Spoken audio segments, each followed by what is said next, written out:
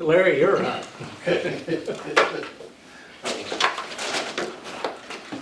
Well, Commissioner, it's been a couple of years, so it's been interesting the last 2 years. Yes, it I has. usually bring the customary coffee and stuff, but I noticed you've got one of the fancies. Hopefully there's a coffee pot somewhere in the courthouse. Yeah, Use there that. is. Sheriff's Use that Department's coffee. got a big pot. Yeah. Am I in the way here? You're fine. They're fine. We're used to that. Well, for some reason I feel unconscious if I see people looking at the back of my head. See whether you have bedhead or I not. feel like I'm in church, Yeah. you know, There you that's go. why I sit on the back row. Yeah. Well, how's things going here in Stafford County as far as last year or so? You got the COVID licked here? No, Is it starting on the back uptick? Yep. You know, I'm still home office there in Reno County and it's coming back up there. I don't mind telling people, you know, I got the shot, so, you know. Sometimes people says, well, that's none of your business, you know. yeah, right. Well, yeah, it probably isn't, but Yeah, it's nice to know. yeah. But I got my mask if you don't. Yeah. But I can't get my wife convinced of it. Yeah. So Right. I always thought I was the stubborn one in the family, but man. So anyway, I was just gonna go over some risk management utilization here, or for the risk management services that we have. And what this shows is from all of our 74 member counties, it breaks it out in what services they've used and what they haven't used. And, you know, it looks like you're sort of blank on here. So anyway, what I want to do is just go ahead and highlight these services Okay. here. Just encourage you, encourage the department heads as we go through the year to look at those. There's certain department heads that we try to work with individually also. And commissioners, of course, I don't know, is there a farmer amongst us here? Yeah. You know, in insurance world, just like in farming, it's all about how you manage your risk, you know, which certainly affects your bottom line. Not only for the K-Camp pool in general, but for Stafford County. You know, I always say manage risk. Well, if you take your family on a personal level, and if you're able to manage the accidents in the family, you're gonna find your premium's gonna be a little cheaper. Yeah. Versus if you got some 16-year-olds already had 2 or 3 accidents, for some reason your insurance goes up. Well, that's, you know, managing risk. But we offer, you know, pretty comprehensive risk management here. These are not all inclusive, but they're our most common that we have. And really, I think probably the most beneficial. And of course, it covers here, this is as of 5/31/21 this year. And so it covers 4 years, the past 4 years, and then it gives you a 4-year total. And then at the far right hand, it just the approximate value of that, if you had to pay for that directly, K-Camp's paying for it. And indirectly you are, because it's part and parcel of your premium that you have every year. And the first one at the top, where it says attorney assist, legal advice for liability related issues, that is the oldest one that we have. When K-Camp was formed in 1992, one of the first things the 32 Kansas counties that come together to form K-Camp, one of the first things that they did is says, okay, and they had to get a primer, you know, in risk management. And of course, the consultant that helped form this, KAC helped form it, that one of the first things that you can do most beneficial is to manage your liability. And so therefore, you need to really have, or be able to have the county that we insure have some way that they can talk to some experts in county government operations. As you know, attorneys anymore are sort of like doctors. A lot of them sort of specialize, you know, and stuff. Well, insurance law is a specialty. Well, then you have subspecialties. Not only do I practice insurance law, I sort of really zero in on municipal operations. Of course, in Kansas, a municipal government is any taxing entity. You know, it could be a township, city, county, school district. And so then, what attorney assist is the availability to have discussion with them, get consultation with them, and representation on liability issues related to Kansas County government there. And so here, if you'll look, there's been no contacts with attorney assist the last 4 years. Now, I always tell that most Kansas counties, virtually all, have some contact. But I look at this, I said, well, this could be good or this could be bad. In your case, I think it's probably good because things been pretty even around here. Hadn't had no reason to get a hold of this.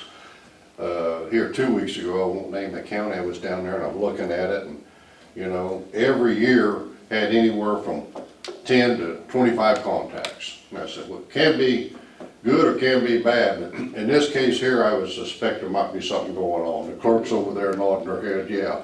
And I said, of course, you know, on the liability issues, I could just tell you generally, you know, about them. I have no details on it. If I did, couldn't talk about it anyway, you know. So I always tell my CEO, don't really let me know about the liability. That way I can, you know, say I don't know nothing about it, you know. But this is the coverage you have. The departments that use this, commissioners, within the counties here, the three main departments would be the county counselor, the county clerk, and law enforcement, the sheriff. And probably the county clerk makes the most contacts, and I think the reason why is because most of the counties, the county clerk is probably wears a hat of a personnel person. I don't know if that's the case here or not. And so they call with about of employment, you know, issues and stuff like that. The county counselor, they will call when there is an active, generally, and have consultation with a liability case. Which, as you know, the biggest expense with any insurance coverage, as far as a single expense, is when you do have liability cases. And I always tell the counties, I said, you know, it doesn't matter. You know, we like to say that we come out and are, you know, have a good outcome on the big majority of our liability cases. But financially, there's always a cost to it. So, anyway, didn't have any usage there. The average, you know, value of this is $2,200 a year. And so, you know, it's unlimited times that you can talk. We always encourage the counties to be proactive. If they have a bad accident, somebody's hurt, you know, let us know it. Well, you will anyway because of the property damage. You know, we didn't know maybe is or maybe some kind of a liability case with this. The next one's, Commissioner, is law enforcement model policies. This program has not been implemented. There is a subscription cost to that. It's about $21,000. Of course, we pay for that. The annual fee is $5,000. The first guide to law enforcement model policies, you know, it's continually updated. And, you know, in nearly all of our Kansas counties, most of the sheriffs stay very much up to date on this, but this just affords them another tool to look at this. You know, the last thing we want to do, or will do, is come in and tell the sheriff what he has to do. All we can do is says, here's some ideas with respect to model policies that may help you and could help your insurance provider. That would be us. So we are trying to talk, you know, to the sheriffs all individually about this. We've been at the conferences, and I don't know if you've talked to Mara or not. A little bit. Yeah, Or okay. Sam's, I think. Has she talked to you any about this at all? We talked about a lot of things. Oh, okay. Yeah, but anyway, The last talk was about policies. yeah, you have talked about the policies, the ones that we have. We're gonna You get know, together. that, there's an implementation to it. A little bit of work, but certainly on this here, we pay all of it except for the platform fee. And that's sort of expensive.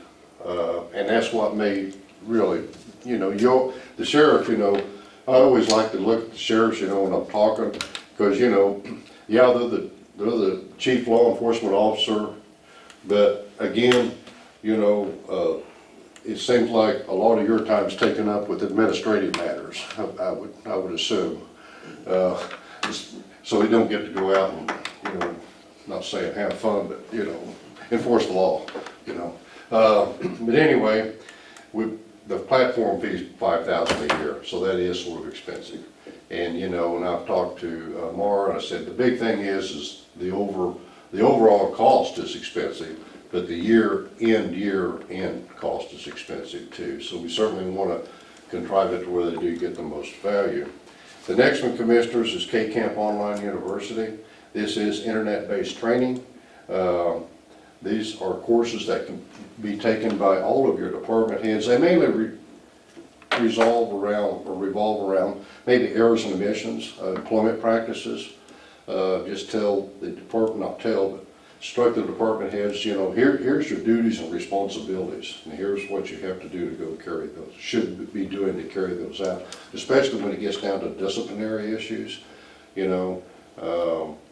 honor employment liability, that's a big cost, and I keep talking about liability because, so much of what we do, as far as where the claims paid, the large claims paid is liability. And of all of those, we have several liability coverages that we have, whether it's malpractice, which covers your health department, general liability, employment liability, public officials liability.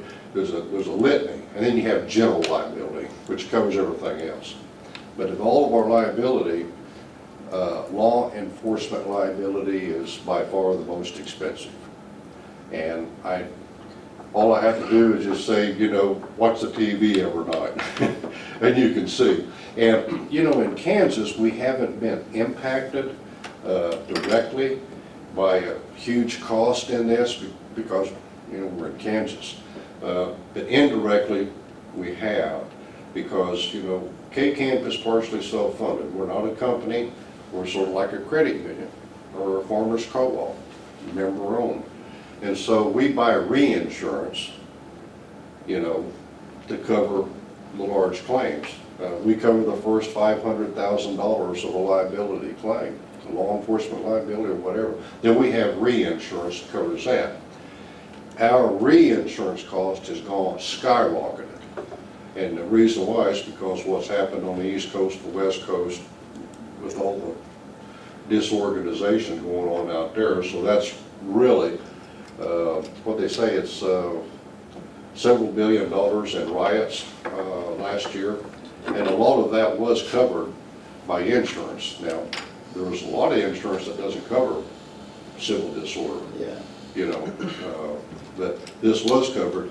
Reinsurance had to kick in on that. Well, we're part of that reinsurance, so we're all in this nationwide, so it's filtered down to us, even though I guess something could happen to us and they'd have to pick up the increased cost because of it. So it has affected us. On-site training seminars, we haven't provided any on-site training. The two most common that we do provide would be defensive driving for the county employees. We encourage you to look at that about once every 2 or 3 years. It's impractical to do it every year, but maybe have a half day set aside for county employees that drive a lot, mainly, not so much the sheriff, they have their own course. Defensive driving wouldn't hurt, but it's one notch below the EVOC course. How to avoid deer, is that included in the sheriff's course? What's that? How to avoid hitting deer? How to what? How to avoid hitting deer, Yes. is that included for the sheriff's department? Yeah.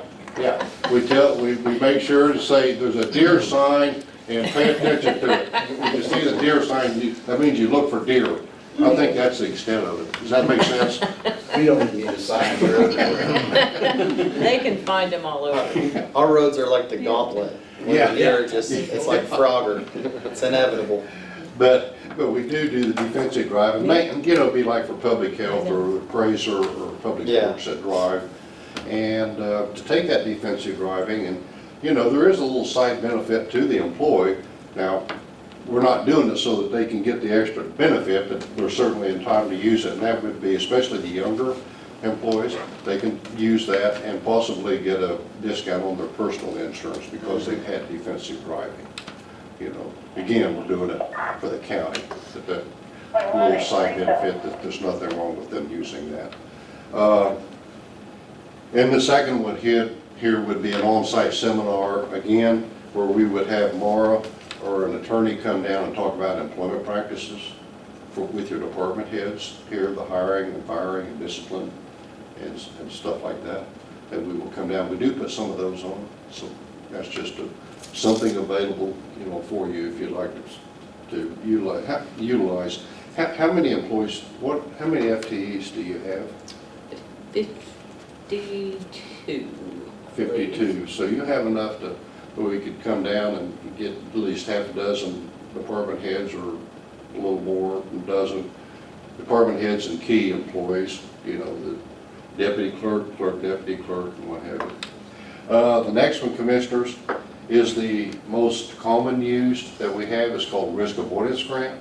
We set aside $2,000. This is really your money that we peel out of your premium. Put it aside to give back to you and to use for risk mitigation. The two departments that use this $2,000 the most would be usually your big budget departments, Public Works and Sheriff. And I don't know, have you used this before, $2,000? Once, I think. I think Looks like you we got did. it in 18, but we didn't get it in 19 or 20, is that right? Philip has used it. Well, a couple, I thought you did. Like what's a Anyway. good example of a use? It says to products or services that reduce property liability losses. If you're the sheriff or you're road and bridge, what would you spend that 2,000 on? well, that's a good question. And it's liability and or property damage. Well, we talked about deer hits. You can replace those grill guards or add grill guards if you don't have them to the good ones. What is that, Thunderstruck out of Salina? That's what we Yeah. use. You have those? And so I don't know if you get a vehicle in, or Public Works, I don't know if they ever hit a deer or not with their pickup, What Philip used his for was tarps on the trucks.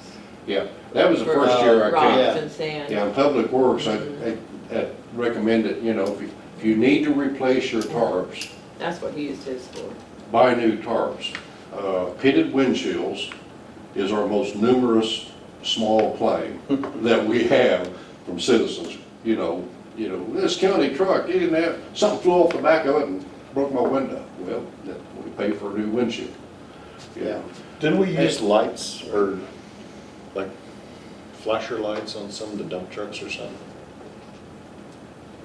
I For that? don't remember that. I know we did tarps, but we You did. could use it for that.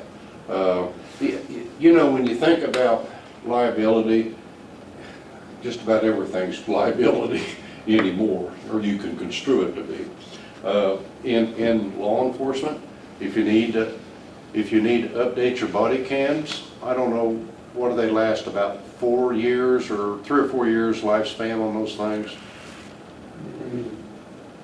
As long as they're taken care of, yeah, about 5 years. Yeah. Same And- with vest. Yeah, Vest- and, vest but out the if you, before. but if you want to add one or have a backup, make sure they have them, you can get the body cams. Again, that's liability.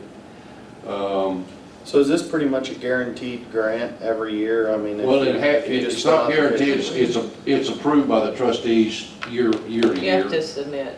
But it has been for 10 years running, so. But anyway, you can see in 2018, you used the full 2,000. So I don't know what happened in 19, 2020, or that it wasn't used.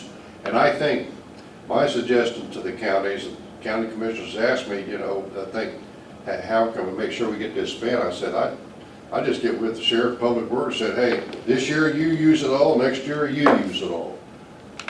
Every other year, and, you know, you can probably find $2,000, I mean, use it for something. You know, Harvey County, and this is a stretch, but this gives you an example of using the money. They called and said, you know, we transport prisoners, and we really need to put one of them screens in the back to secure that prisoner better. We paid for it, $2,000. And they said, well, that's a liability. I said, well, I don't know, Counselor, correct me, how would you approach that if the prisoner escaped out of the back and then somebody got hurt or something? And they said it's the sheriff's fault. And I guess, I'll retire law enforcement, and so I guess the way I look at it, I said, well, you didn't have him properly secured. You should have known, without that cage in there, he could have escaped. And he did, you know. So, I don't know how that works, but anyway, you could, you know, you could use it for something like that.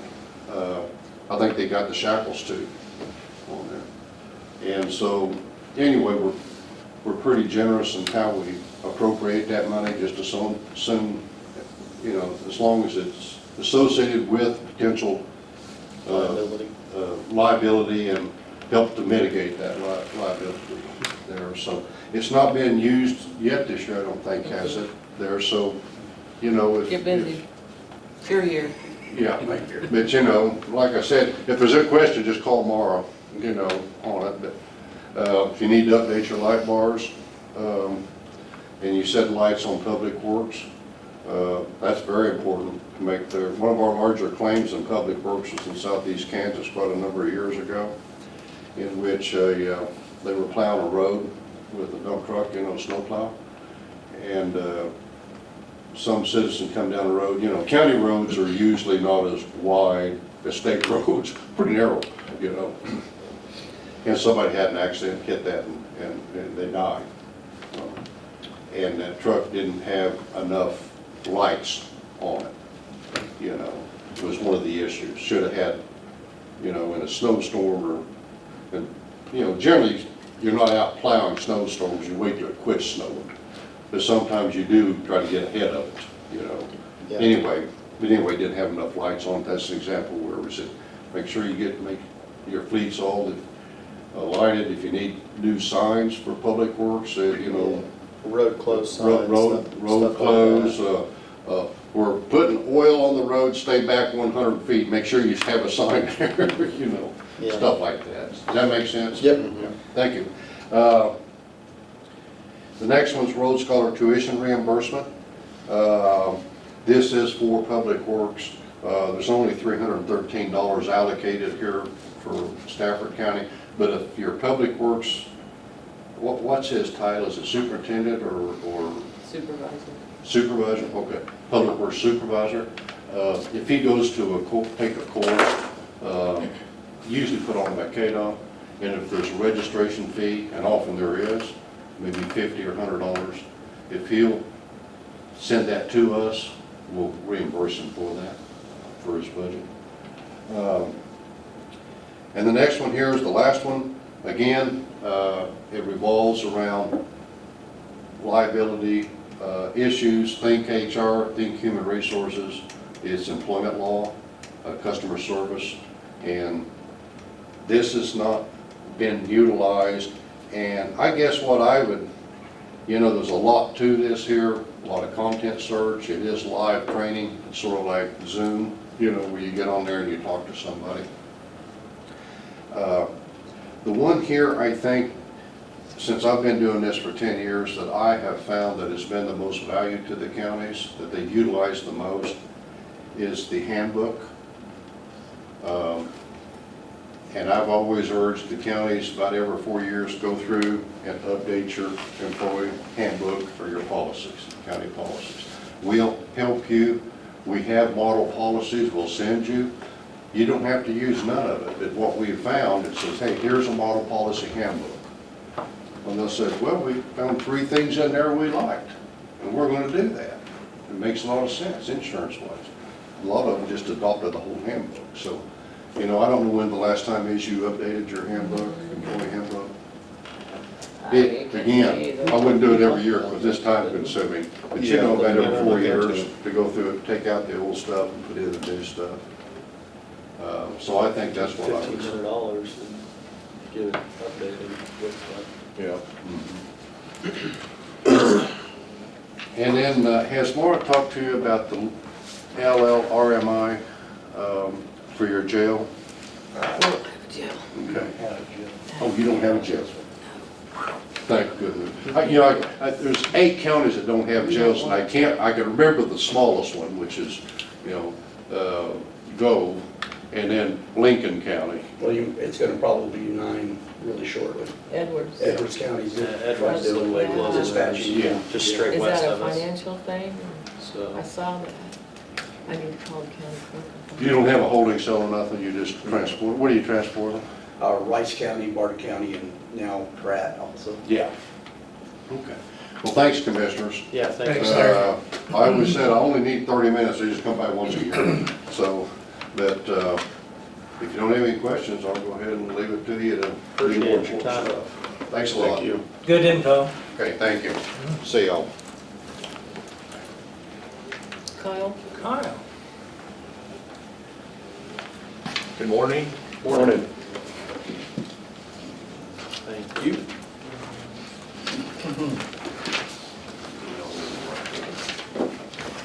All right.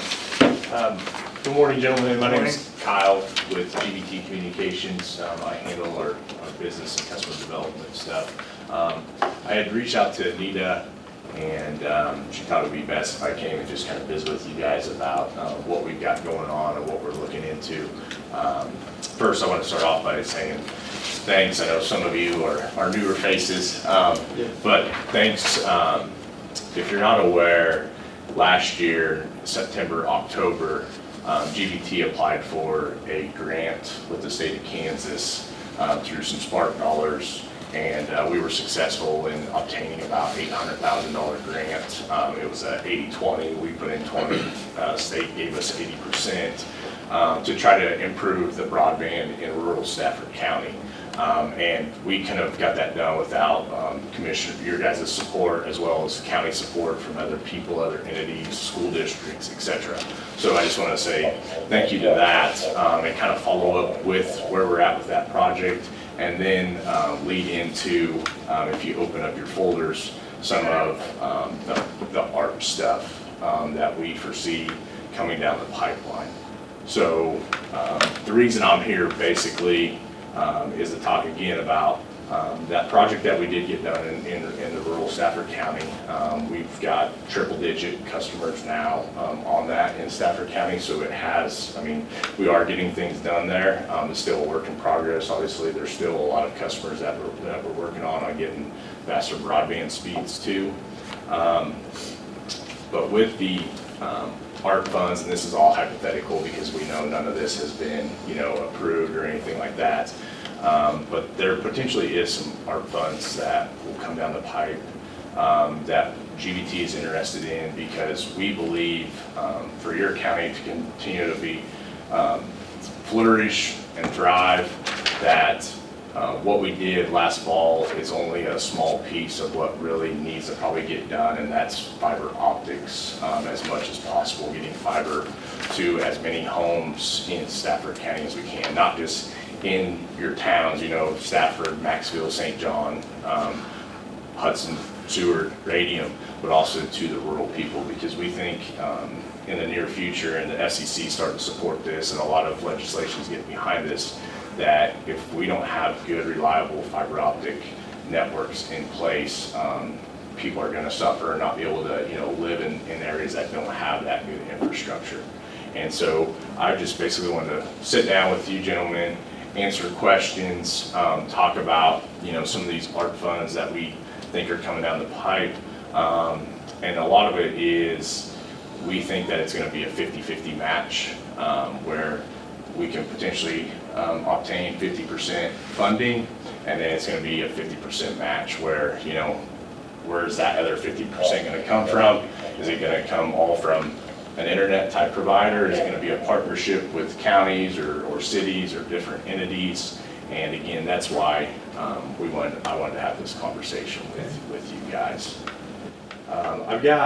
So again, the ARP funds, we all know it hasn't been passed, it's been presented. And here's some breakdowns of what we talked to, some legislation, what they think it's gonna look like. We believe that the state portion, the 1.6 billion, and then the 143 million capital project funds, we believe that that potentially will be the funds that will go towards projects like what we're gonna potentially look at doing. And so a lot of this may get, allocated to the counties, to the cities, et cetera, for dollars. The other thing I want to show you, gentlemen, is if you pull out this first map here, you can see, if you look at your county here, that's shaded in the blue and white diagonal. GBT has fiber, and we need to update our map a little bit, but we have fiber, at least the fiber transport ring and stuff to Maxville, to St. John, to Stafford, and then part of that $800,000 was getting fiber from Stafford to Hudson, which we were able to help turn up, a main industry there, and help them with their automation and stuff like that they weren't gonna be able to do before we got that infrastructure there. But that's really all the fiber that, per se, we have out there and a lot of other companies have out there. Everything else in Stafford is fed via wireless.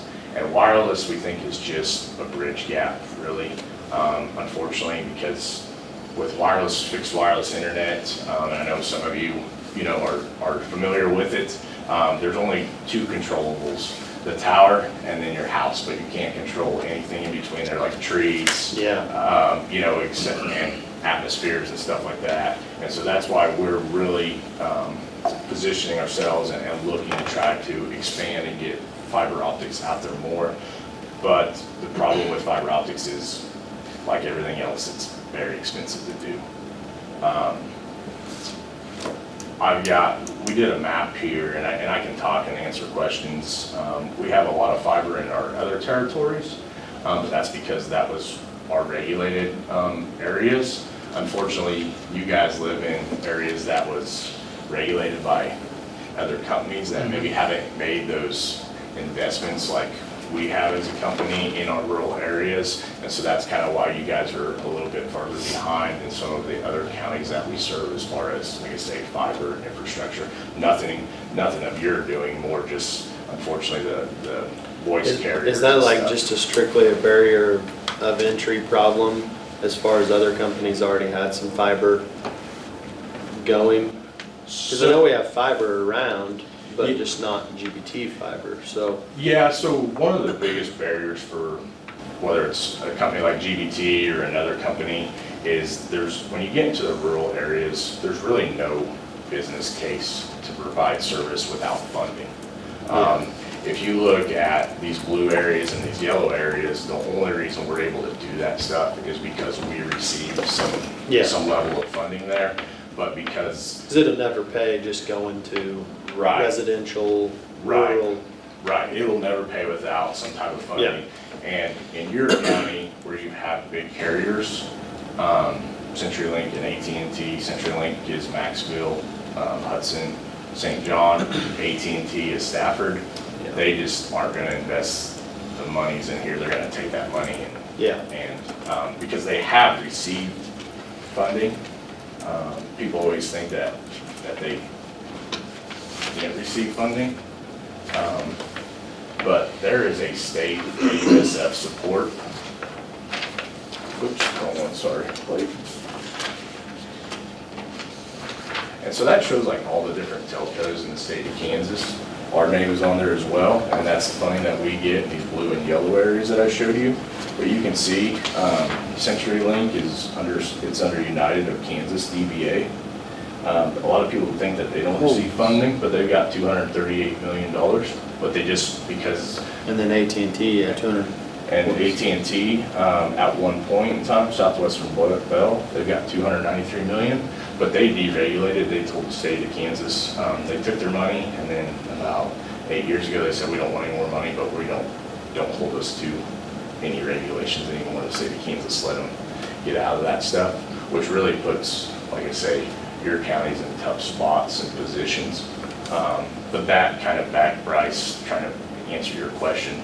That's why a lot of times you're not gonna get fiber to a home without some type of support. And that's what I wanted to show with our map is because we've got support here, every exchange in dark blue, our customer has a fiber to their house, whether they live in town or in the country.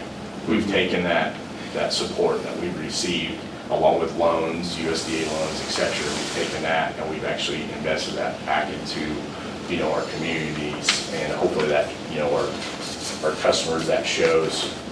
Another thing is like last year when COVID hit, which is why we were receiving a lot of that funding, all of our customers in these areas, like school, kids, we didn't really have a problem when they went remote. Your county, we scrambled and did everything we possibly could to try to provide, as best a service as we could with a wireless play. But again, and we're looking big picture why we continue to push fiber, because today, the 100 meg service that we can get over that wireless, if you can get it from a line of sight standpoint, is working. But in 5 or 10 years, you may need a gig. Smart farming, it's coming. You're gonna need faster connectivity, low latency, and really the only tried and true and proven infrastructure is fiber optics. So that's just a real quick explanation. Like I said, I wanted to just visit with you guys, let you know that, we are invested in your county. We continue to try to work to make our infrastructure better here and continue to grow. But big picture looking, if we are to try to get fiber optics out to rural Stafford County, we feel like it's gonna have to come from some support from somewhere, both financially and politically, so. Yeah. What's this map here, this Google image, the green versus the yellow? Those were just, we had, when we did the wireless, the grant, there was a lot of things we had to put together.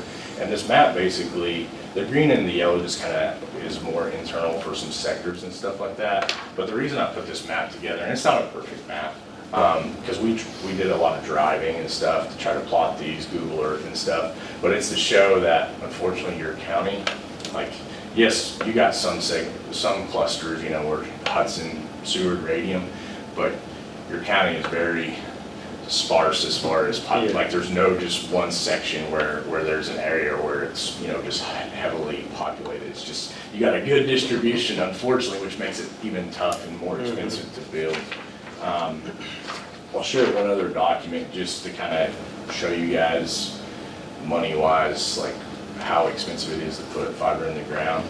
And this is somewhat confidential, these here, but this is we're actually finishing up our rural fiber builds for the exchanges of Brownell and Bazine. So if you look at our GBT coverage map, we already had the towns done in those two exchanges. So there's just those two small exchanges there. They're right on top of each other. And we already had fiber within 3 miles of every rural house. But those two exchanges put together is a little under $2.5 million is what it costs just to do those two exchanges. And so if you take those two exchanges and you kind of, apply them to your county, you can see we're talking, our estimation without having anything engineered or anything is probably between, and this is a real rough figure, but between $10 and $18 million if you wanted to do fiber to all your county. I guess the good thing How about many did you say, 18 million, 10 to 18 million? 10 to 8, and I know that's a huge discrepancy. Everything's going up right now, and electronics is hard to get and everything like that, but that's kind of what we ballparked. We are working with other area counties kind of with this same thing, and so I'm going off of what one county was, and we have a third of their county built already, and their price tag was more around like 8 to 10 million. the good thing about Stafford County is we have a pretty good Yeah.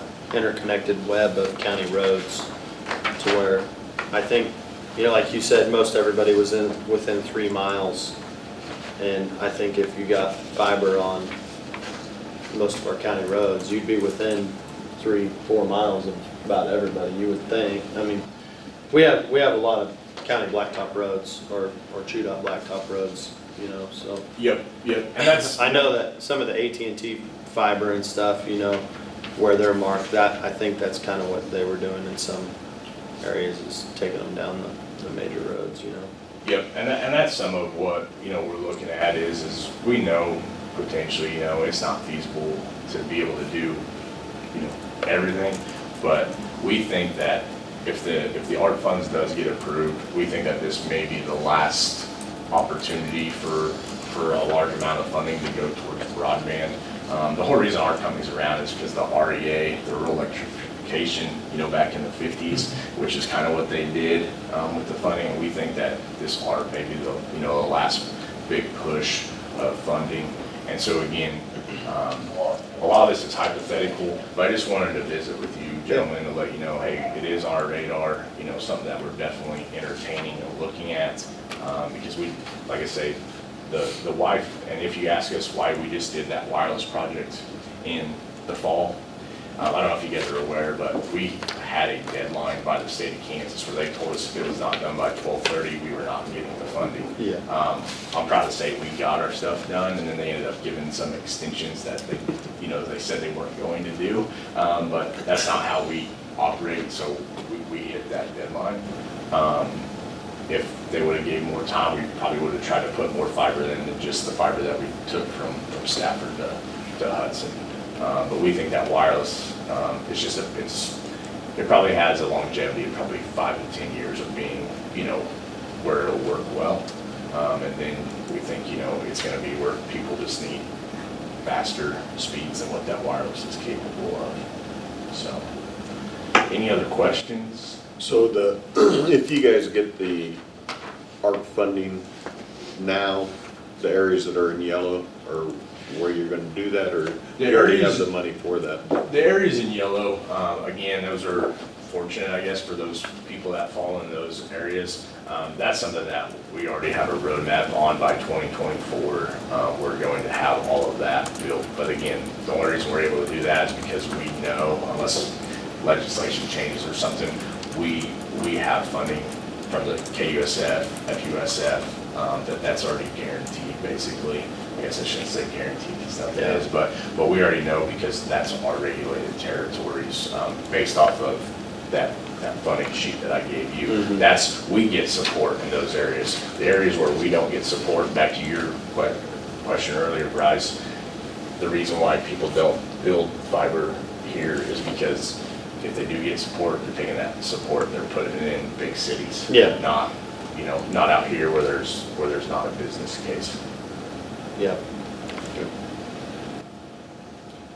So if there's more coronavirus money gets cut loose, I mean, we have a better chance of getting here, but it's gonna be after 2024, something like that.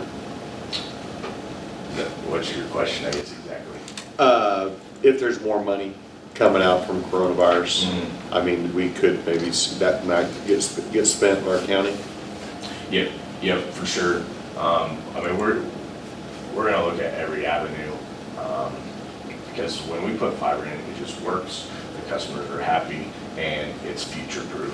And so, You don't get any calls, hey, my wireless isn't working. not only that, but like I say, yeah, I mean, the problem with wireless is like I say, it's a 5 to 10 year deal, and then you're, completely replacing it, where you put fiber optics in, it's going, that's gonna probably last for the next 50 to 100 years. And so it really sets your county up from an economic standpoint, a recruiting standpoint. But yeah, we will, like I say, we're gonna look at every opportunity that we possibly can, because we know without some type of support, grants, et cetera, there's just no feasibility way to take fiber to every house. So. Okay. Any Up to good work. Any other questions? I think so. That wireless upgrade was nice. We were one of the ones that participated in that, and it was really nice to go from, 10 times our speed. Right. And it's working for now, but I get exactly what you're saying, that, everything's pulling more and more. The more stuff you got, Yep, every year that's just gonna continue to snowball. yep, so technology, just like roads and bridge, and everything else, if you're not, upgrading and keeping up to date, then, your infrastructure's falling behind, so. So is there a hub that this comes off of and then it branches off, or, Yeah, so. I guess, where does it originate? Yeah, so all of our fiber actually comes all the way back to Rush Center. So, and then we have, a lot of people don't realize as an ISP, we're actually interconnected with places like Denver, Kansas City, big rings where we actually, get our internet pipe from large companies that, interconnect it all and take it back to, servers that are housed all over the place. But all the fiber that feeds Maxville, St. John, Stafford, Hudson, it all leads all the way back to Rush Center. Yep. And I guess your existing fiber that you have that goes from town to town to town, are those just transmission fibers, or can you start spider webbing off of those? A little bit of both. So we I didn't know if actually, you'd have to bring in all new, or if you can just start spider webbing to rural residents. if it's engineered properly, basically you take it out to, you take it out to cabinets basically. Yeah. And, and a fiber feeds a cabinet and then it branches off from there. I don't know if you guys are aware, but we actually have a lot of your business corridors already hooked up to fiber optics in Stafford, St. John, Maxville, and in Hudson. So some of you were here, I believe, but about 3-4 years. I was going to look at that date when we Switched over. when we The did all the phones. phones and the fiber optics and everything. It's longer than it seems, but I want to say I about, think 17, wasn't yeah, I it? was going to say I about think it 4 was in years ago. 2017. But we have a better part of all of your metropolitan, your towns Yeah. hooked up with fiber optics. Maybe not the homes, but they're fed by fiber optics and branched out from there. Where you guys, I live up closer to Radium, so we shoot to Seward. Yep. So like where you guys run the fiber optic down to Hudson, then, does it increase the capability because Hudson has fiber to it? Eventually someday, if you ever do get it up to Seward, then will that increase the speed? Even though we don't have fiber to our houses, but you'd have more capability off the Seward tower? Yes and no. All the traffic, all the data has to get, they call it backhauled somehow, and fiber can backhaul a lot more speed. So yeah, to answer your question, Todd, right now, Seward is actually getting microwave back to Hudson. So if we would be able to get fiber, and that's kind of what we're talking about too, is maybe can't get to every house, but get it more out to strategic locations, airports, landfills, any of that stuff. Seward, Radium, to where you can provide a little bit better service. Some of that then too is you're limited on actual antennas, wireless antennas and stuff like that. Sometimes it's only built to handle 5 gig or something like that and stuff. Yeah. So, yep. Good questions. Anything else? Okay. Well, I appreciate Thanks, Kyle. your Thanks for your your time.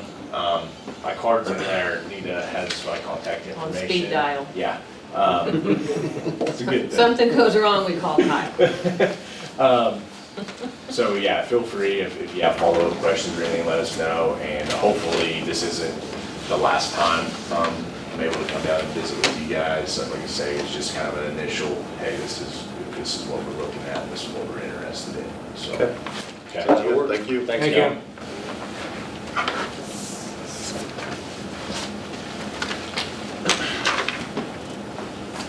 Bill?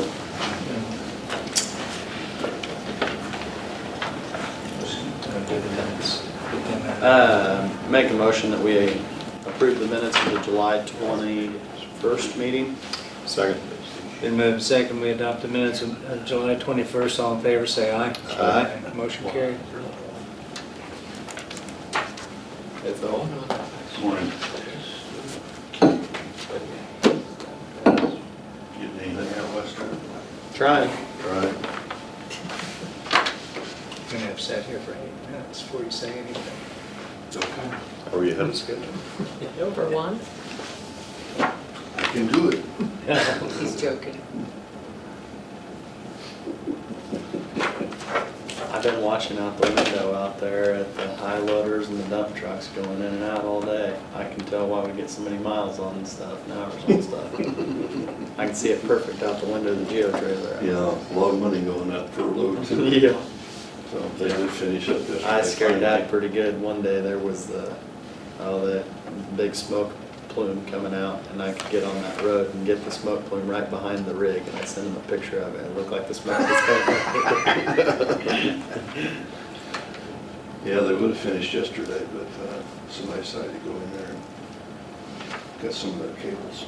Really? Yeah. Cut About 170 feet of electrical lines. out of the sand pit? Or, Out of their stuff, yeah. Last night? No, The night before. I was out there all night. Well, somebody went in there. Why? They went on the west side, I believe. When did it quit raining?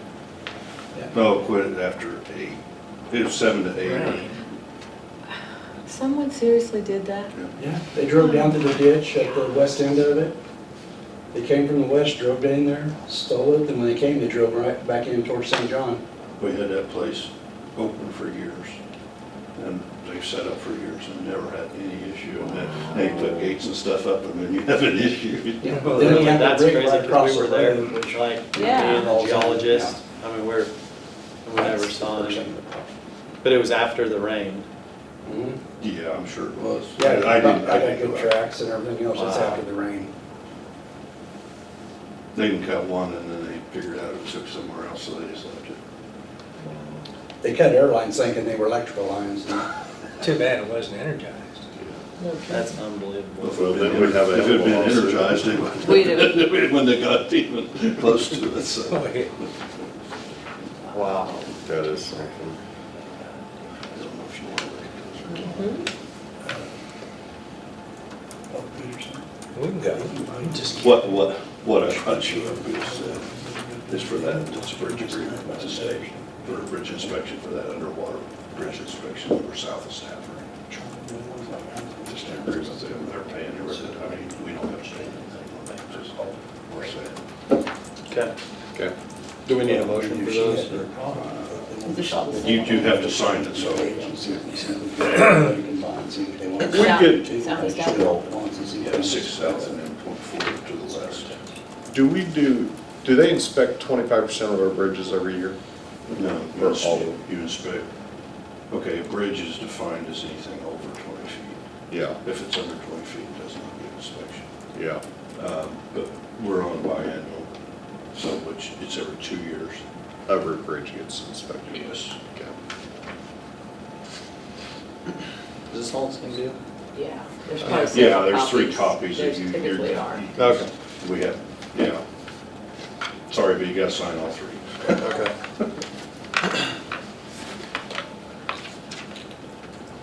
Do you, So agreement number 28-21. Master agreement. Center text. I'll just shoot from the hip. I make a motion that we sign the statewide bridge inspection master agreement number 28-21. second? Okay, it's been moved and seconded. We've entered into an agreement with the statewide bridge inspection master agreement number 28-21. All in favor, say aye. Aye. Aye, motion carried.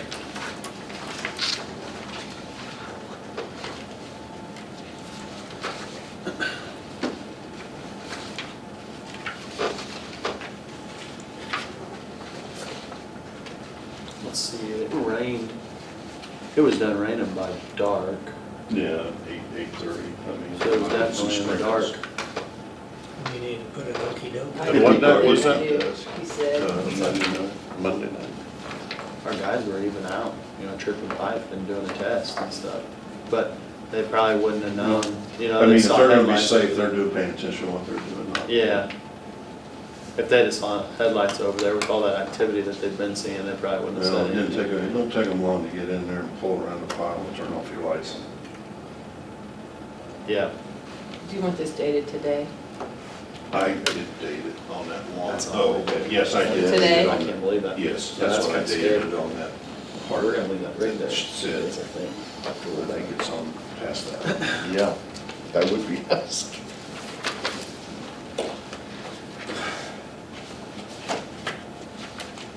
There's gotta be an easier way to make a living than stripping wires off Mm. stuff. Well, I can't think that copper's worth that much No, money I right mean- now. And you can't, if they burn the wire off, the places won't take it. I mean, they got to strip it. Yeah, If they had to work that hard, they'd probably.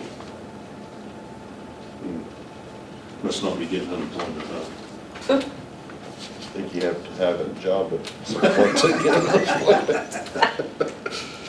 I had a case that it was the railroad crossings, and the wire that they use for that is, I mean, it's, and they only make so much of it, and that on the deal, it says where it was made, when it was made, what foot, on what reel, everything.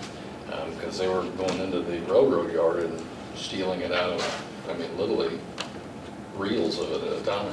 But yeah, it's huge, but it's very, very specialized just for the railroads. do you need an executive session also? Yes, please. How long? 10 minutes. Okay. I make a motion that we go into executive session to discuss non-elected personnel. For 10 minutes? For 10 minutes, including Phil, Anita, commissioners, county attorney. Second. We've been moving second, we go into the executive session for non-elected personnel for 10 minutes. All in favor, say aye. Aye. Motion carried. Okay, well, I come to you guys actually with good news. Our A class is getting ready to wrap up Monday. So Bailey and Michelle will be done with class. They're gonna be testing the end of August in Emporia. So when they get that done, they'll be certified as A's, and we just move on from there. So. They gotta go to Emporia to be tested. Oh, yes. Emporia is actually the best testing site we could find. Otherwise, they couldn't test till November. Huh. Yeah, so we're excited. So today is the last day of class. We get to throw the book out the window, so we're excited for that. So like I said, they'll be testing. And then I want to discuss with you guys Bailey's paramedic, because Bailey will actually start paramedic the 4th. We get out of class on the 2nd, and the 4th starts the paramedic class in Hutch that we had discussed. Bailey's paramedic course, the cost of it, I was actually surprised. When I took paramedic in 07, and I've got this, I could barely read it. In 07, it was $15,000 to send me. It was $5,000 per semester at Barton County. With Bailey's, the way we set it up, we can pay for it semesterly. And we qualify for the government rate if we do it semesterly. So the first semester is going to include her books and everything, and it's at $4,000, $34.91 for the first semester. Second semester is $23.15, which is on there. Third semester is $17.62, and the fourth semester is $2,004. Testing fees after she completes it is $342. So the total for her paramedic class is $10,457.91. I've applied for an EIG grant in her name through the Board of EMS for $5,100. And when she gets awarded that, the cost for the county will actually be $5,357.91 for the entire paramedic course. Okay. So, and what we'll do is we'll pay it semesterly, and then the Board of EMS sends us a check to the county for $5,100 to reimburse us back for the money that we have paid towards that with the grant. And that's a one-year class, and then she'll be 15 months, she'll be paramedic. paramedic. Mhm. Okay. Does she kind of sign a contract Do to it. stay here? That's what I was for a gonna period tell of you, time? yeah. The contract, I was here to discuss that with you guys. Now, when I did it, I signed a 3-year contract with the county.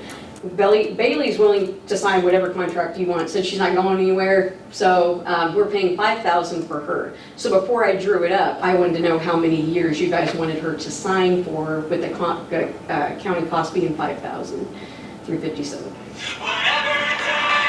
Sorry. I wouldn't have a problem with 3-year. No, Okay, I she's don't willing- feel it's fair to 1,500. lock her into it longer than that. 15 or $1,600 a year. Mhm. I think that's Okay, well, I'll have that drawn up and then we'll all sign it and go from there. I do have to sign a paper for her to get her books, you know, because she'll be starting next week, so, to go ahead and allow it to where it'll be charged to us and then we'll pay, like I said, per semester, if you guys are good with that. I'm good with it. Good. Sounds good. Medic 4, I need to tell you guys about an incident that happened Friday, which is Stafford's Medic Unit. We took it on a transfer and ended up blowing a tire about just right, we're going from Stafford to Pratt. We were just south of the overpass after the second curve and we blew a tire, driver's side. So patient was on board when that occurred. So we called Great Bend Fire to intercept the patient. They actually took the patient and one of our techs in with them. And then we got the tire repaired when the girls went to get something to drink before they headed back and then the ambulance wouldn't start.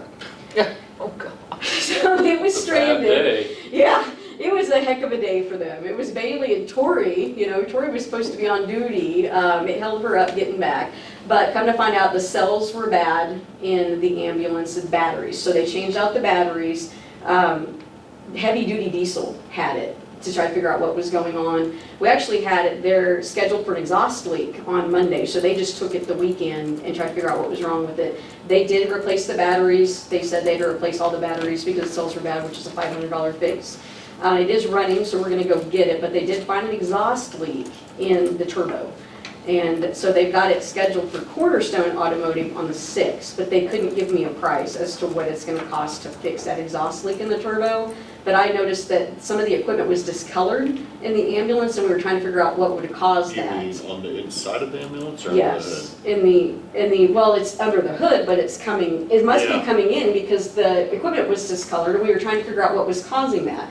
And they did find that it was within the motor, whatever, the turbo, is what is causing that exhaust.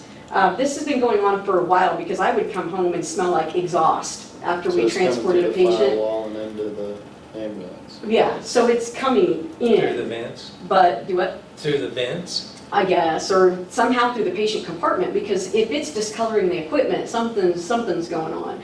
So, but it's gonna be slated to be fixed on the 6th of August, and Cornerstone Automotive is gonna do it. I just wanted you guys to be aware I don't have a price for you to tell you exactly, yeah, what we're gonna be looking at for cost. You wouldn't think it'd be too bad. No, I mean, it's not. I mean, you gotta do it. How old Yeah. is that unit? 2003. So, but I'll come back with you guys and let you know for sure what they find, if it's gonna be an expensive fix. They didn't think it was gonna be, so. I did call Great Bend Fire and find out for sure how we're gonna work the billing wise with the patient on board. It looks like we're gonna just bill it, and if they want us to pay mileage, we will, but they sounded like they were just gonna do it as a favor, but I'll update you guys on that too. I don't think it'll be a cost, so. Okay. I think that's all I have for you. On the next ambulance we replace, which one will that be?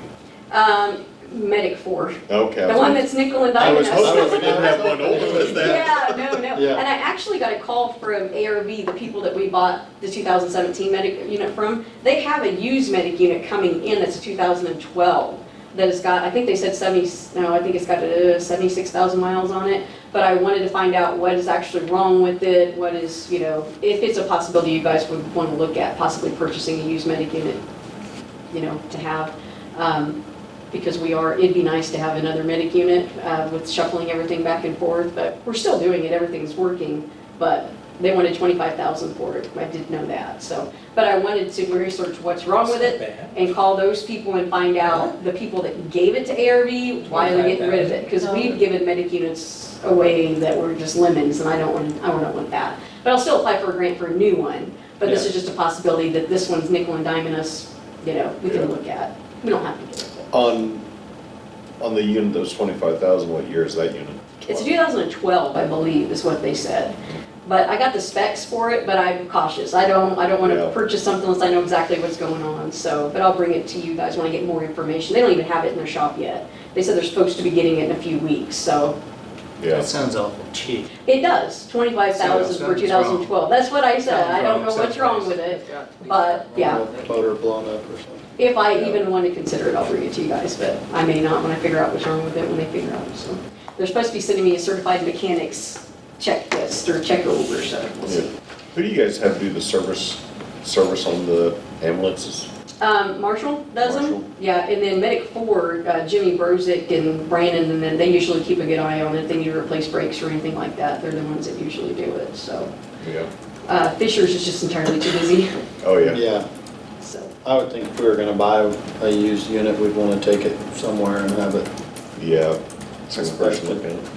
Yeah, and like you said, I'm not Good 100%, I'm not 100% on, I just wanted to mention Yeah. it to put it in your guys' Yeah. head. I was contacted about it is why, and they knew we were gonna be purchasing before long, but, and I'll look at that grant for the ambulance and get rolling on it here before long, but I think I can't even apply for it until like October, so.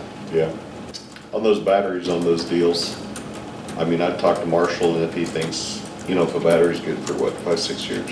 Yeah. I don't think it'd be a bad deal to just replace the batteries in like 4 years. 'Cause Oh, I mean, yeah. that's one of those deals you don't wanna get out. Oh, yeah. Show up on somebody's house and it won't Yeah, start. And it won't It's start, worth $400 or yeah. $500 to know It that was it's odd gonna as it's go. Medic 4 though, because it runs, like we do, so I was surprised it just died. And I said, Yeah. are you sure this? But yeah, that'd be a good idea to get on a rotation, to Yeah. rotate all those. And I out mean, every if 4 Marshall years. changed, it'd probably run you $200. Yeah, Just And on a keep it normal local. service. yeah. Yeah, I'll discuss that with you. Okay, anything else? That's it. Okay. Thank you. Thank you. Shannon. Morning. Morning, Shana. So I just thought it would be good to come and give an update on COVID cases, because we're starting to get some more again.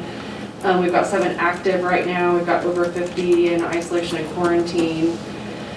I tested somebody this morning, we're doing some testing at the office, we've got antigen kits, and we can collect PCRs, which is the more sensitive test.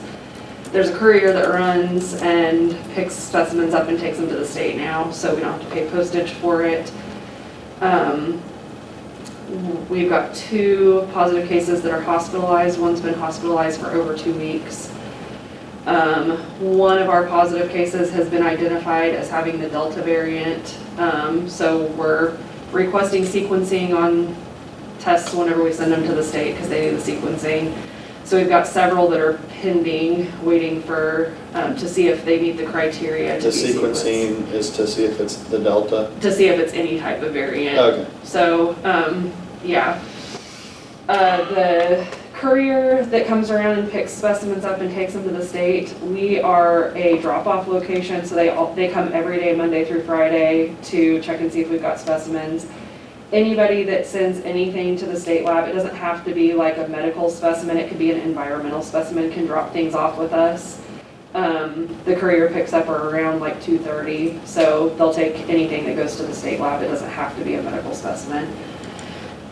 So I called over to the road department just in case they ever have anything, like if Ryan has anything to send. I didn't know if he ever sent anything to the state, just to let them know that we have that service available so they can drop it off. But really, anybody in the county can drop things off with us to go to the state lab. And that's been running for about a month now. We've had an increase in people calling and requesting COVID vaccines again. We're still offering Johnson & Johnson, Moderna, and Pfizer. The Pfizer we've been mainly trying to use for the 12 to 17-year-olds because it's the only one that they can get. But if somebody that's 18 or over requests that one and we've got doses available, we'll let them have the dose of that too, so. We're doing back to school physicals and immunizations still along with everything else, so we're busy. So I noticed that Stafford County's in the red zone as far as the state map goes. Which I tried to pull that up this morning and they must be doing an update on it because I couldn't get it to work to get the % positivity out this morning, but. So our 750 is, the 7/50 is the reason why we're in the red zone? Because we have a high positivity percentage, yeah. Yes, and then Yesterday, CDC made an update with their mask guidance and put it out. And it's mainly because of the variant strains. Like the Delta variant is 60% more contagious than the initial strain of COVID. And I mean, based off of counties that have had that variant around for a while, it's proven to be more contagious. We had 2 breakthrough vaccine cases, and one of the breakthroughs was Delta variant. So, I mean, one of the people handled it really pretty well, didn't get very sick at all, so the vaccine did its job. But we've had people say they don't want a vaccine because it doesn't matter if you get it, you still can get sick. But I've tried to just let people know and do a little education. I mean, that's what happens with any vaccine that you get. I mean, they're there to prevent things, but if you don't have a herd immunity status with the vaccine, it's not going to work quite as effectively.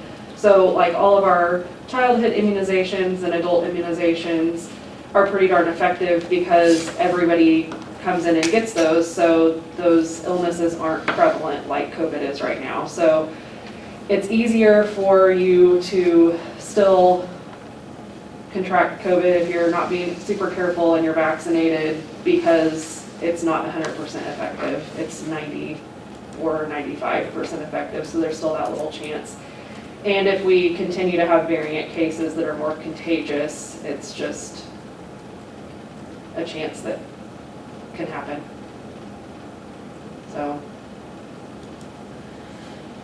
So what do you think, rough estimate, what do you think the percentage of vaccinated in the county is? Would that be 50%? Possibly close to that. The last time I ran it, we were 40s, so we could be close to that. And that's total population, right? Yeah. So that's, the youngest age that's 12. approved right now is 12. Mhm. So if we would take out all the 12 and unders, and really, do you have that many that are 18 and under getting vaccinated? Is there quite a few? Because I I sense some haven't pulled that apprehension report from to the, see how many that we've done, but we're seeing more of them, especially with school getting ready to start. yeah. And, But I would think if you would take 18 and under out of that group, we're well over 50, right? I would bet. Yeah. It's hard for us to know because we don't have those figures exactly how many 18 or under, 16 and under Right, and I kids feel there are like versus total some of population. our data might be a little bit off, just because if they were vaccinated at a chain pharmacy, sometimes they don't have to report it into the state system. Yeah, So we might not have some of the data that we need to for that. I would like to know how many 50 and older. You know, the percentage of, you take all the Stafford County people, Mhm. 50 and older, the percentage of people that have gotten the vaccine 50 and older. I would say that it's quite a bit, Yeah, right? that's high, yeah. That's just me assuming, but I Yeah. would think that that demographic is very, Yes, especially since High. they've been able to be vaccinated since yeah. early on, March. yeah. How many total cases do you think we've had positives from the very beginning? Have we had 600-700 in the county? No, it's 356, I think, is what the total was that I sent you the last time. So too. So I mean, you add that onto your vaccinated number? Yeah, 368. 68, yeah.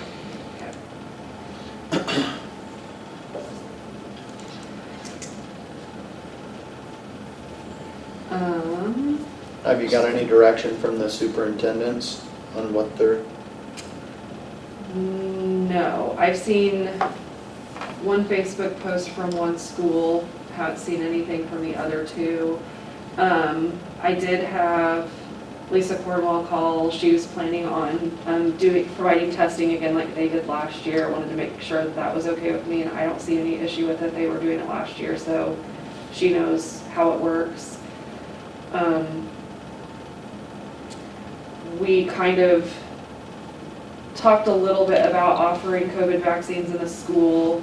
I'll have to kind of get a little bit better plan on that, I think, just so that I can make sure that I can order in the doses that I need, because it would have to be Pfizer for within the school vaccination, and that has to be handled special compared to the other vaccines. So what we kind of talked about, and I need to contact the other schools to see how they feel about it, but it would be basically they'd send a form home with the parents to say, we're going to offer this. If you want your student to have it, you need to respond by this date so that we can order the vaccine and have it here for the vaccination date of whatever day that we select. And it would be a consent form that they'd have to send back with them and have it signed. It would be along the same lines as what we do for flu clinics. And I kind of said maybe we could just do COVID vaccines and flu vaccines at the same time, because they're saying that COVID vaccines can be given with other vaccines now. So we would be able to just do both if people wanted both. Is the Pfizer, is that the one that's gotta be kept like really cold? Like, So they store it ultra cold and it can be stored longer that way, but they found that it can be stored regular frozen for 2 weeks and then 30 days in the refrigerator before it is considered not effective anymore. So I usually try to order it knowing that we're going to be giving the doses, because I don't want to order them and just have them go bad. So we put them in the freezer for 2 weeks, and then if we don't have people show up for them, we'll put them in the fridge for 30 days, and if people walk in, we'll just give them then so that we don't waste all of them. But so far, we've been able to schedule and give the doses and not have that happen where they've gone to waste. okay. Yeah. And then the other thing I brought with me was a recommendation for a salary increase for Emily.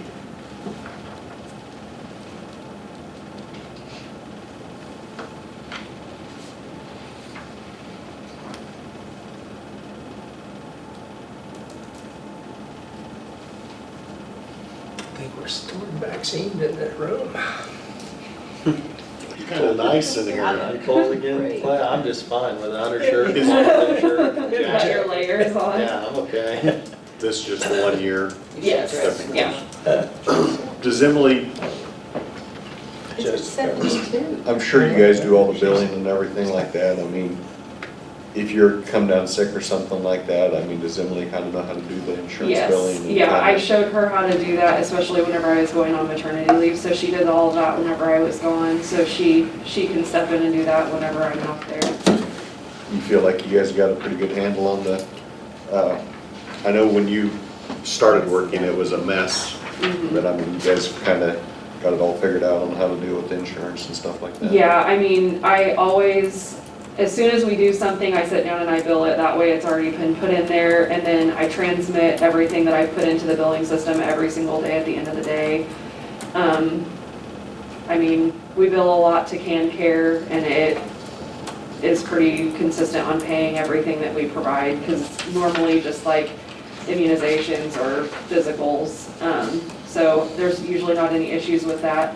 The only issues that we ever tend to see regularly is like whenever somebody comes in with Medicare and needs like a shingles vaccine or a Tdap or something like that, we kind of have to submit insurance a couple different times to get it to go through, but it's usually not too big of an issue. I've always heard it's kind of a challenge working with insurance companies. Sometimes it is. Good with this?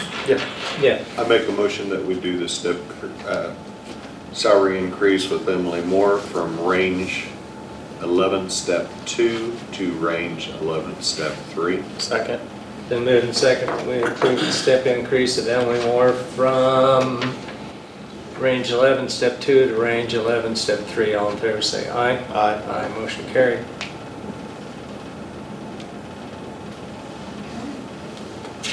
Anything else? Good. So which insurance company is the worst one to work with? Medicare. I mean, usually Medicare's not a problem because most of the time it's like flu shots and pneumonia shots, and those are super easy. Like, I don't ever have any issues with that. It's It's Medicare whenever they're coming in for a non-flu or pneumonia vaccine, because those ones are considered preventative and they'll pay for those every single year. It's the other ones that you have to mess with to get them to be okay with it. The rest of them are usually fairly, Blue Cross is super easy to deal with. I don't know, maybe, Workers' comp. I've never had to do that. And we have had people come in with like their health savings accounts and they get a card and we can't run the card. So we've had people get kind of upset about that because we have to bill them, they have to send the bill to the company and then they send a check to us versus just doing the card like they do everywhere else because Can-Take Counter doesn't accept those. But I mean, it's never a big deal. They just get upset that they can't just swipe their card and be done with it. It turns into a little bit of a process, but it's never too big of an issue, so. Was the one that got so worked up a couple years ago, is he come back and Yeah. made up? Yes. I Yeah. had to talk with him about how adults should behave. Yes, everything's been smoothed over and fine, so. All right, have a good rest of your day. Thanks, Shannon. Thanks, Shannon. Okay, we need to approve your budget, please. We'll do a salary increase on that. Yeah, How are you gonna do it? did you guys read over this deal too? Yes. Yeah, I mean, it's kind of, that was the agreement That- we yeah, had, that's- to where she Yes. passed her classes, we would step her up. Yeah, I'm okay with that. Are you okay with that, Clay? Yes, sir. I make a motion that we increase Donna Hilton Ramey from range 7, step 1 to range 8, step 1. Second? Been moved and second that we increase Donna Hilton Ramey from range 7, step 1 to range 8, step 1. All in favor, say aye. Aye. Aye, motion carried.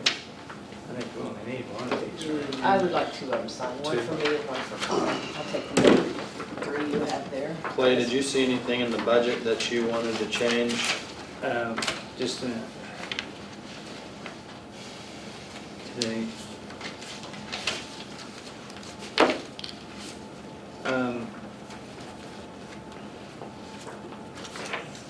The only thing I had in question, and it's really not a question, Anita sent that email out yesterday in regards to that Coronavirus grant. The ARPA funding, Yeah.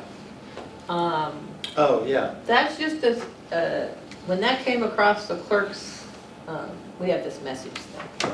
I thought, Ding, ding, ding. maybe, I mean, I think it's something you could consider along with the Fair Board. I mean, Yeah, let's, Yeah. I really think it would qualify you guys. I don't know how else we're gonna spend that 800,000. I don't either. no, and that's part of what. Because his broadband, there are lots of ways he can get that accomplished. I Yeah, mean, we can kick some in, but I really think if we could pursue that building over there, yeah, if it would qualify, that would be awesome. Yeah. well, I 'Cause don't was know why over it there- would. I was over there, during the fair this year, it was hotter than heck It's inside that hot, building. and aren't the bathrooms still They're bad terrible. over there? Bathrooms They are were bad, the when we roof were leaks. kids.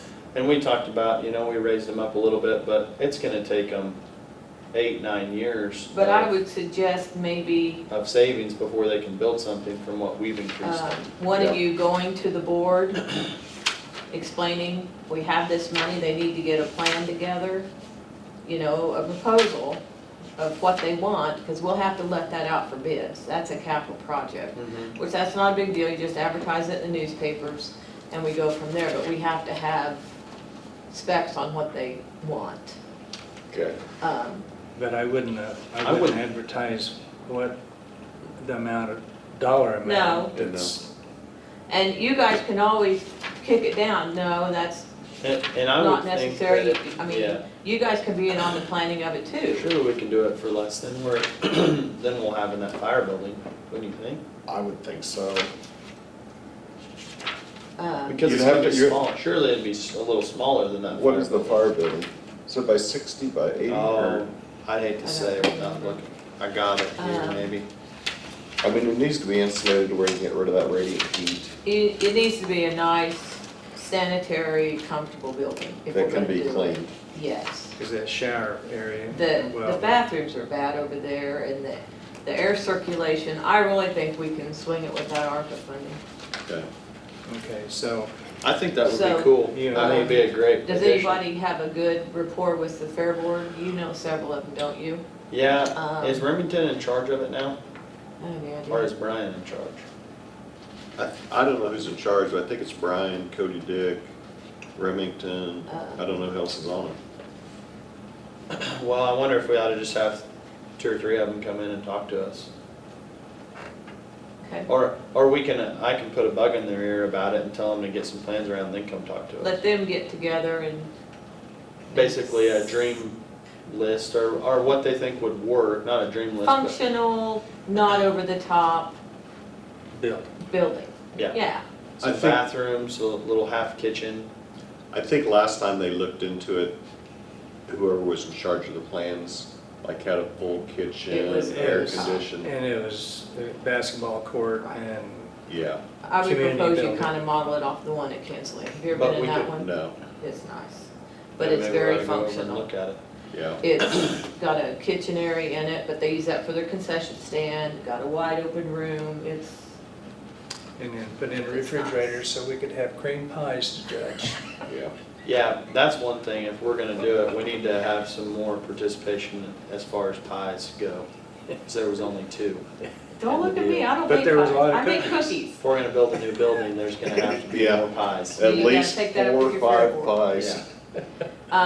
That's quid pro quo. I would suggest seriously that you go look at Kinsley's, or have your board members, because Kinsley's is nice. I wouldn't mind, well, can the commissioners and the fair board go look at it? One of you could, Okay, I mean, Or maybe they can just send us their plan over, yeah. cause I'm sure they have a drawing. and I'm sure they've been in it probably. Yeah, Your board members have surely been in that building over there. yeah. So. I'll go talk to okay, Amy we'll after just- this meeting and ask for sure who's on the We'll board, leave who's that ahead of the line board. item alone then. Okay, I think they still need the money regardless. Okay. yes. That's Alright, my next- opinion. Uh, Because it's really not a ton to move the needle, and I think that they could use it in other places. Yeah, All right, and then we set aside for solid waste or not? Did we put Yes, we Yeah, split it we- between Yes. solid waste and road and in bridge. road and bridge? Yes. Okay, now the other thing is, on 31, it shows totals where you at? On on what? page 31 Yes, Okay, of 61.109 as a total. But then this revenue neutral rate is 60.667. that's your revenue neutral rate. Your projected tax rate is 63.014. Is that what's on your copy? 61.109 is what mine shows. 61.109. You don't On have the new one in totals. front of you then. I have actual tax rate 63.5. Yeah, you guys are looking at 83. the first draft, he's got the second draft, you've got Yeah. another draft somewhere. All right, 63, I have actual tax rate, current year estimate for 2021. You took yours home last week, Todd, did you bring it back? I brought back the wrong one. Okay. well, apparently that's what I did as well. Yeah, Okay, The tax rate we're looking at now is 63.014. so we're going over our You're going over your revenue neutral rate, but then rule. 63 what? 014, But that will become our base Yeah, right. for Right, the actual Right. revenue right, neutral so rate next this, year. this number really doesn't, the revenue neutral rate does not apply Not for this year. Not for for this this year. year. Now, next year, if we go over, is when we Yes, have to send yes. out the notifications and all this. So, We do have to have a revenue neutral rate hearing, which you'll set it like 5 minutes before your budget hearing, which is what everybody's done. Yeah, and then we'll still post it on Facebook or website or something. Or do I we have to, believe do- so. or do we have to do, because I'll at that probably go commissioner ahead conference, they were It's talking about civilized. digital. I'll probably go ahead and put it in the paper, just because with our demographic, Yeah.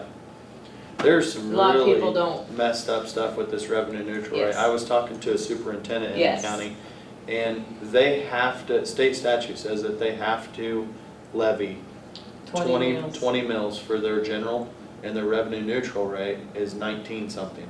So every single year, They're will- gonna have to change that. they will exceed.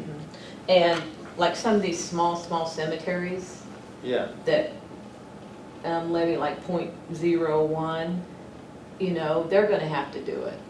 yeah. And it's So when like, their whole budget might be $1,500 and they're gonna have to spend Yeah. almost that to send In it the out. mailer to send out to them. yeah, they need to make some exceptions to that. If you don't levy over 10,000 in taxes or whatever, which would cover most of those small cemeteries. Or that school general needs to be exempted from that. There's just a lot of things that are gonna have to change. Well, how about the deal where they just go back to the way it used to be, to where if they thought we raised their taxes too much, they voted us out? That would Let be the what I would voters- vote for. Let the voters make up their own mind? Exactly. This has got to be Topeka favoring is somebody. Johnson County. Yeah. This is a Johnson County bill. So we all have to jump through that Johnson Okay. County hoop. So, So the tax rate is 63.014. Right. Our revenue neutral rate, my number's still right at 60.667. 60.667, yes. Okay, Um, so we are 3 mils above. the revenue neutral rate, but if Revenue you look neutral at but the the, rules doesn't apply. if you look, well, This. part of the rules apply, we still have to have the hearing, but we do not have to send out the notices. Yes. For 2020. And then next year, our base will be 63.014. Correct. And as long as we do not go over 63.014, We we do don't not have to do the notices. the notice, the hearing, Right. all the BS. Right. Okay. So. I think that should give us enough cushion, because, I mean, if we do get some ground bond, we'll be able to, for the landfill. We'll be able to get that out of capital. We can get that out of capital improvement. That won't affect these numbers, Okay. but now, Yes. and Melissa did say we can do the engineering and most of the studies out of that capital improvement too. Okay. So that's gonna help some. Because That's gonna help a lot, that engineering is gonna be huge. yes. And Darren then- estimated 60,000 for that. That's probably about Does half that- what I thought it would be. Does that include tarragons? That's just Darren's estimate, so I figure it'll be 100. I mean, you just don't know. Yeah. Yeah, I was figuring probably between 100 and 125. That may be closer. I looked it over close, and Um, I don't have anything else I'd like to change, I guess, other than what we already have. The only thing I want to be above, not below. Yeah. This is a year to be above, because we do not have to send out the notices. So this increases our mill levy from, Actually, you decreased from the total of last year. Because our evaluations are up. Last year, your mill levy was 63.583. And this year it's projected, or 2022 is projected to be 63.014. So you're Okay. down, but our value is. Value's higher, so we're levying more But- dollars. yes. From here on out, the value won't matter. I mean, it's Yeah, math. it's just the dollar amount. Yep. Yes, yes. So your mills will change, your mills will levy that you're levying will change every year to try to keep your same dollar amount Right. coming in. Yep. Okay. That's it in a nutshell, until they change it, which they will. Yeah, Hopefully it's they better. sooner, but. So, anyway, Okay. if you want to So leave do we it, I need a need a motion? motion to approve the 2022 budget for publication. I make a motion that we approve the 2022 budget for publication. Second. Been moved and second that we approve the budget for 2022 to be published. All in favor, say aye. Aye. Motion carried. Okay, let's see, you wanted an executive Yeah, for let's do real estate acquisition? 15, because we need to get down to some nuts and bolts. And then we'll adjourn. Yeah, we just gotta sign these APs. Yeah, I don't have anything else after that, we won't have any Okay. action after it, I don't think. Second. Okay, it's been moved and second. We go in executive session for 15 minutes. 15 minutes and then adjourn after that. All in favor, say aye. Aye. Aye, motion carried. Thank you, Carol.